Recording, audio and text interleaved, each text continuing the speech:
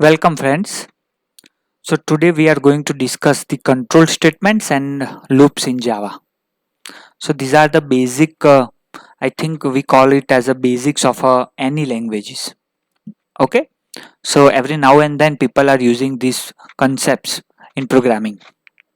So, control जो statements है उसमें हम पढ़ेंगे if statement, if else ladder and switch case. Let's elaborate it. Okay. So I think you might be knowing. Okay. So if statement is the condition, it execute the block if the condition is true. अगर आपकी condition true होगी तो ही वो block execute होगा, otherwise नहीं होगा. Simple. जैसे कि ये हमारा क्लास का नाम है, मेन मेथड है जहां से प्रोग्राम का एग्जीक्यूशन स्टार्ट होता है. ए की वैल्यू बी की वैल्यू है, अगर ए इज लेस देन बी तो ये एग्जीक्यूट होगा. Simple. 10 is less then 20, yes condition सही है तो यहाँ पे हमको ये आउटपुट मिल जाएगा. सिंपल. ठीक है. इफ एल्स आगे देखते हैं. तो अगर कंडीशन सही होगी तो इफ ब्लॉक एग्जीक्यूट होगा, अदरवाइज एल्स ब्लॉक एग्जीक्यूट होगा. Simple. A is greater than B होगा, या यहाँ पे है condition A less than B, तो ये कंडीशन सही है तो इफ होगा. अगर लेकिन यहाँ पे 20 होगा और यहाँ पे 10 होगा तो क्या होगा, तो 20 इज लेस देन 10 नहीं, तो वहां पे एल्स एग्जीक्यूट होगा. सिंपल. तो इफ के अंदर क्या था कि कंडीशन सही है तो ही एग्जीक्यूट होगा, but if you are using the if else तो अगर कंडीशन सही है तो इफ, गलत है तो एल्स एग्जीक्यूट होगा. सिंपल. ठीक है. चलिए आगे बढ़ते हैं. ओके. इफ एल्स लेडर, यहाँ पे मल्टीपल कंडीशंस चेक कर सकते हो आप. देखिए मल्टीपल स्टेटमेंट्स है यहाँ पे. मार्क्स 65, अगर मार्क्स लेस देन 60 है तो फेल आएगा. एल्स इफ मार्क्स ग्रेटर और equal to 60 but less than 80 तो बी ग्रेड होगा. मार्क्स अगर greater than equal to 80 but less than 90 A grade होगा. ग्रेटर और equal to 90 but less than 100 A plus होगा. और अगर इनमें से कोई भी नहीं है तो एल्स में चला जाएगा और वहां पे प्रिंट होगा इनवैलिड. सो इफ, फिर एल्सिफ एल्सिफ एल्सिफ, जितने भी कंडीशन लेनी हो ले सकते हो. और कोई भी मैच नहीं हो रहा है तो एल्स में चला जाएगा. ठीक है ना. तो यहाँ के अगर 65 है तो किस रेंज में आता है, लेस देन 60 में तो नहीं आता, 60 टू 80 में आता है तो बी ग्रेड आएगा. ठीक है. अगर यहाँ पे ले लेते हैं 87 तो वो क्या आउटपुट देगा, तो चेक करेगा इसमें नहीं आता, एलसीप में भी यहाँ पे नहीं आता, 80 टू 90 के बीच में आता है तो आउटपुट आएगा ए ग्रेड. सिंपल. और अगर ऐसा ले लेते हैं 104 तो देखिए कहाँ पे सेट हो रहा है, वो कोई भी कंडीशन में सेट नहीं हो रहा है तो वहां पे आएगा इनवैलिड. ओके. सो यहाँ पे क्या हो रहा है कि दोनों कंडीशन, ये एंड ऑपरेटर है, बिटवाइज एंड, तो दोनों कंडीशन सही होगी तो ही ये सही है.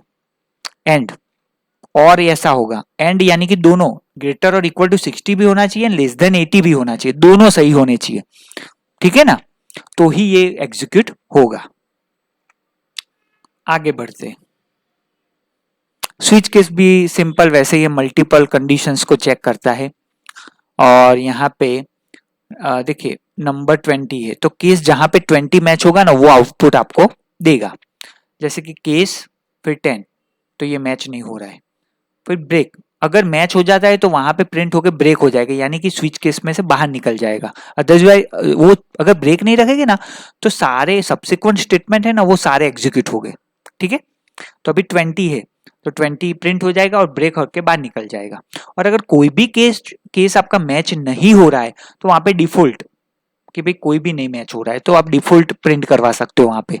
अगर यहाँ पे 10-20, अगर 45 रख दूं तो यहाँ पे कोई भी केस ऐसा नहीं कि 45 मैच हो रहा हो तो वो डिफॉल्ट में जाएगा, नॉट 10 और 20 प्रिंट करेगा. ठीक है.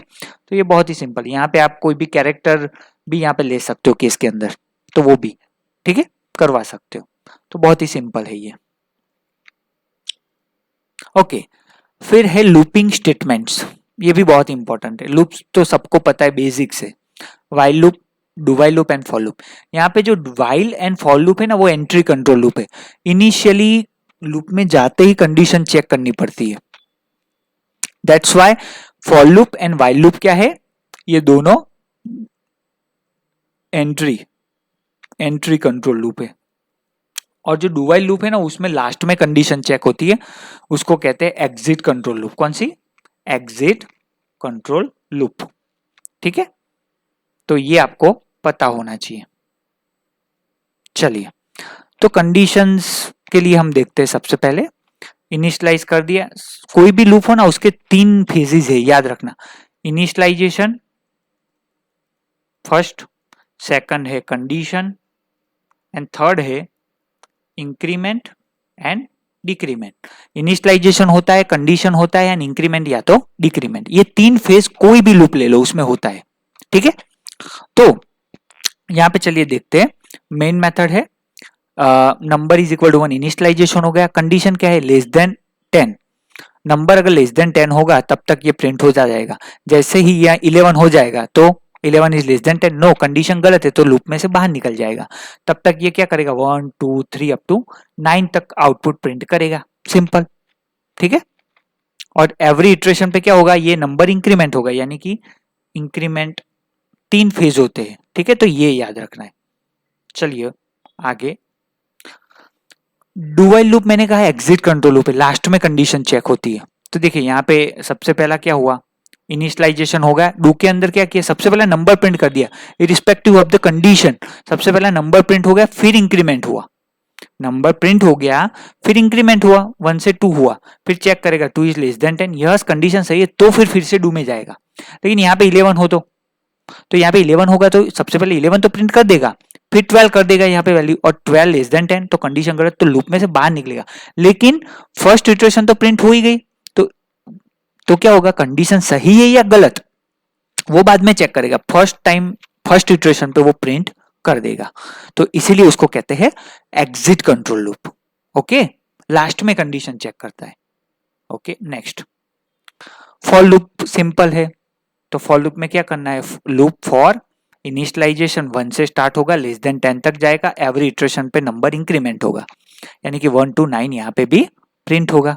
तो फॉर एंड वाइल है एंट्री कंट्रोल लूप, एंड जो हमारा डू व्हाइल लूप है वो है एग्जिट कंट्रोल लूप। ठीक है, तो बहुत ही सिंपल है ये फंडामेंटल। आगे बढ़ते हैं, ब्रेक स्टेटमेंट। ब्रेक का मतलब आपको पता है कि अगर ब्रेक आ जाएगा तो लूप में से बाहर निकल जाएगा। तो चलो ये समझते हैं क्या होता है। When a break statement is encountered inside the loop is immediately terminated and program control next statement पे चला जाएगा। तो देखिए मेन के अंदर है 1 से स्टार्ट होके 10 तक, यानी कि 1 2 3 अप टू 9 तक ये लूप घूमता है, ऐसा सोचिए पहले, फिर अंदर जाते हैं। If number is equal to 5, यानी कि 1 2 3 4 तक गए, अभी 5 आया इंक्रीमेंट होके, 5 आया तो क्या हुआ, ये ब्रेक हो गया। तो ब्रेक हो गया तो लूप में से बाहर निकल जाएगा। तो आपको आउटपुट कितना देगा, 1 2 4 ही देगा, क्योंकि उसके बाद तो 5 आते ही क्या हुआ, आप लूप में से बाहर निकल गए, तो आगे के नंबर प्रिंट्स हो गए नहीं। तो ये याद रखना है ब्रेक के अंदर। ब्रेक यानी कि आप लूप में से बाहर निकल गए, control goes outside the loop. Okay, और फिर ये प्रिंट हो जाएगा। चलिए नेक्स्ट कंटिन्यू भी देख लेते हैं। अभी कंटिन्यू में क्या होता है कि आपका जो control structure, you need to immediately jump to the next iteration. यानी कि देखो i बराबर 1 से स्टार्ट करके लेस देन 10, तो 1 2 3 अप टू 9 तक जाता है। लेकिन कंडीशन क्या दी है आपने लूप के अंदर, नंबर इज इक्वल टू 5। अगर नंबर 5 आया तो कंटिन्यू, तो 4 एंड 5 फिर 6 7 जो भी होगा, तो वो नंबर 5 आता है ना, तो उस नंबर को स्किप करके नेक्स्ट इटरेशन पे लूप चला जाता है, यानी कि 6 पे चला जाता है, तो 5 प्रिंट नहीं होगा। उसके बाद 1 to 4 फिर 6 7 8 9 प्रिंट होगा, क्योंकि you need to immediately jump to the next iteration of the loop, यानी कि 5 नंबर स्किप हो जाएगा कंटिन्यू के अंदर, और 6 7 8 9 यानी कि 1 2 3 4 6 7 8 9 प्रिंट होगा। तो ये कंटिन्यू में याद रखना है कि वो नंबर को क्या करता है, वो स्किप कर देगा, क्योंकि कंडीशन वहां पे मैच हो रही है। If number is equal to 5 then continue, तो वो नंबर स्किप हो जाएगा। और ब्रेक में क्या होता था कि वो नंबर पे आके लूप ब्रेक हो जाता था, यानी कि लूप में से बाहर निकल जाते थे आप। Okay, so this is all about the control statements and loops, break and continue. I hope आपको पता चल गया बहुत अच्छे से। एक बार 2 बार 3 बार जितनी बार देखना पड़ी ये वीडियो देखना और समझ लेना इस कंसेप्ट को। These are the basic concepts of each and every language. कोई भी लैंग्वेज पढ़ोगे you should know these concepts. Okay, so Please do share, like and subscribe my channel, and keep practicing, keep learning. Thank you so much.